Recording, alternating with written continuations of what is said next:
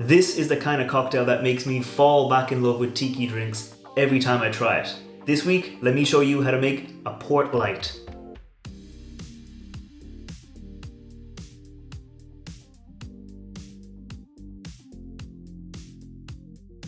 Welcome back to the channel. I'm Matt, I'm the whiskey nerd, and like I said, this week I'm making a Port Light cocktail. Now, this is a tiki cocktail and it is apparently adapted from a recipe that comes from Trader Vic, but I have seen so many different variations of this cocktail online. I've seen variations of it that have an egg white, don't have an egg white, that are served up, that are served down, that have fresh passion fruit, that have non-fresh passion fruit, and it reminded me of a headline of an article I saw a few months back. It kind of said, if you're looking for an authentic tiki cocktail that kind of goes against the spirit of tiki cocktails, because for me, to my mind, tiki cocktails are about enjoying a drink, making a recipe, making it fun, making it summery, making it balanced, and making it enjoyable to drink. So that's what I've got here today. I've got a nice variation of a Port Light that at least I quite like, and I think you'd like it too. This is, interestingly enough, a whiskey-based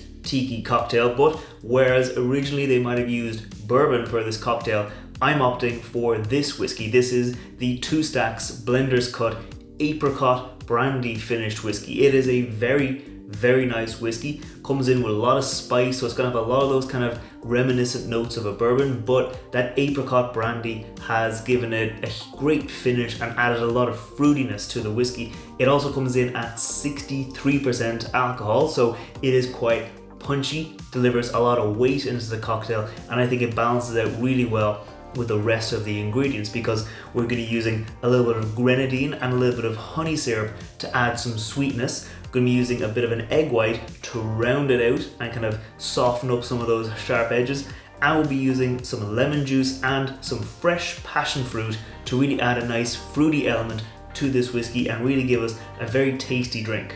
So let's stop talking about the drink and let's get to making it. This is going to be a shaken drink, so we're going to get our shaker tin and we're going to pop a nice rock of ice into the bottom of our shaker tin, and then we're going to start by scooping out some fresh passion fruit. Now that one there, I'm going to save that for a garnish, but I've chopped up 2 passion fruits. So I've got 1/2 for the garnish and these 3 halves, and I'm going to scoop the flesh of these passion fruits out into my shaker tin, so when I shake the cocktail I'm going to get all that flavor from that nice fresh passion fruit. So I'm just going to scoop the flesh out of here and then I'll come right back to you.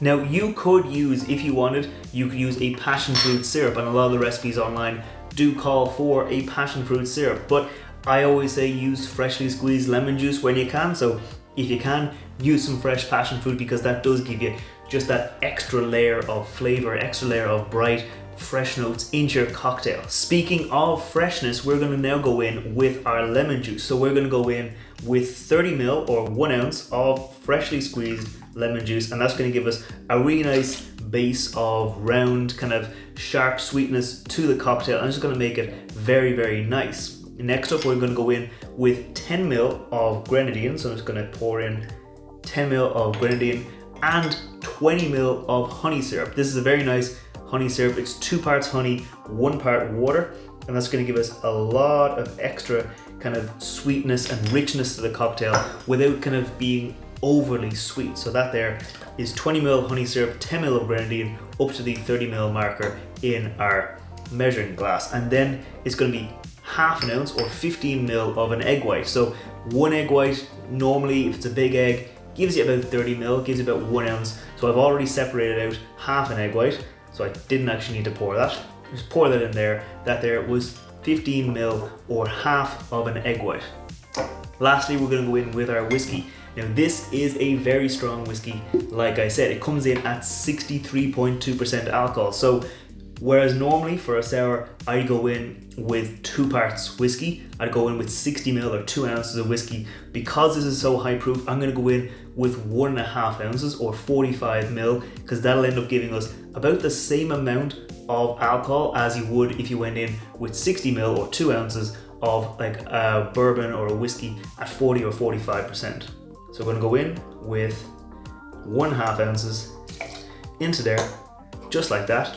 And then we're gonna pop the top on our cocktail shaker and shake it away for about 30 seconds to get it nice and cold, because we are gonna be serving it up.